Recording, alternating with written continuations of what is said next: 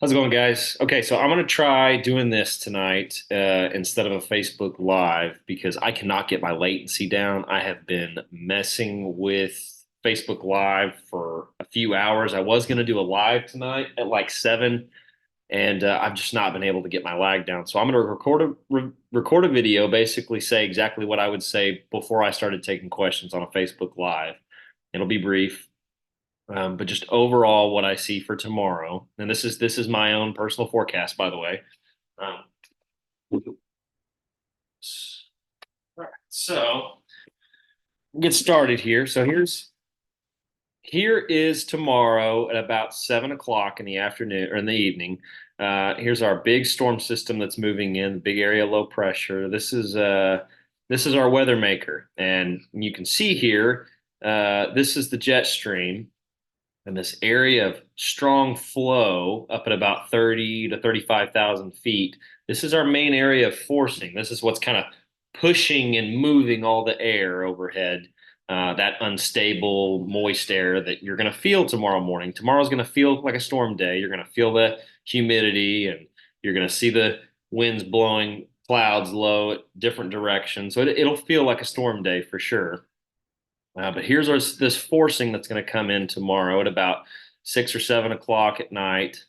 And that is going to push this feature here, which I'll pull up that I know you guys have heard about a lot, usually hear about with our setups, is our dry line. So this dry line is the main area where storms are most likely to fire for us, right? This boundary between this really dry air out here and this really moist, unstable air overhead is going to get pushed by that storm system as it comes in. And then all along this line, we're going to have, I think, areas where you'll get some isolated storms that'll pop up. There will be some bulges in the dry line where there's some stronger forcing. One down here to the north or to the southwest. There'll be another one up here to the northwest.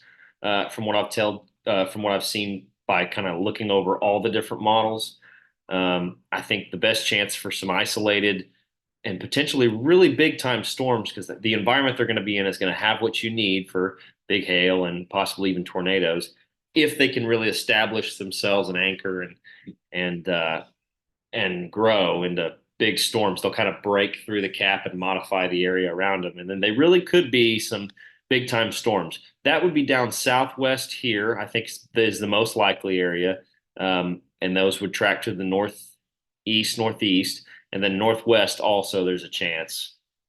Um, so overall, that's why the risk area is in western Oklahoma to the northwest, is because all along this dry line, there's a chance that we'll get some storms pop up as it pushes in, and the environment is conducive for, again, big time storms. So I'll go ahead and pull up real fast the SPC's risk, and it's the most recent one. As you can see, it's just along that dry line in western Oklahoma. It's really tough to say where the strongest forcing will be and where the cap will break.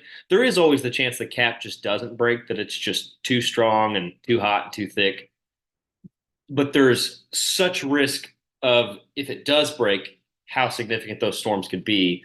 That I think that's why the conversation still needs to be had. There definitely could still be storms on that dry line. And if there are, and they get established, there'll be some big storms. There'll be some classic Oklahoma dry line severe storms. So, Western Oklahoma, this is still the main area. There is the chance that these storms kind of grow upscale and they grow into a kind of a complex, maybe a linear complex, a line of QLCS, which would be mainly a hail and wind threat, and that would push northeast, east northeast. There's still a chance of that, which is why this slight risk is pretty much covering the whole state, because there is a chance that these isolated storms do turn into that kind of a segment and blow east.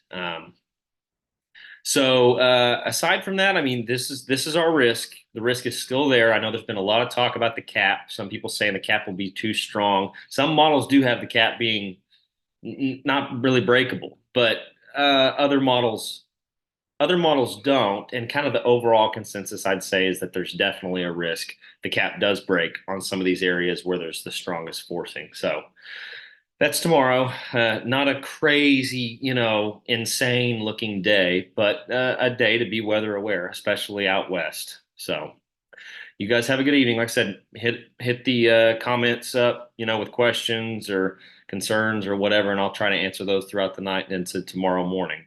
And I'll also be posting. I probably won't do any videos tomorrow, but I might do some, general posts with risk. But that's it. That's all I got for you guys tonight. Y'all have a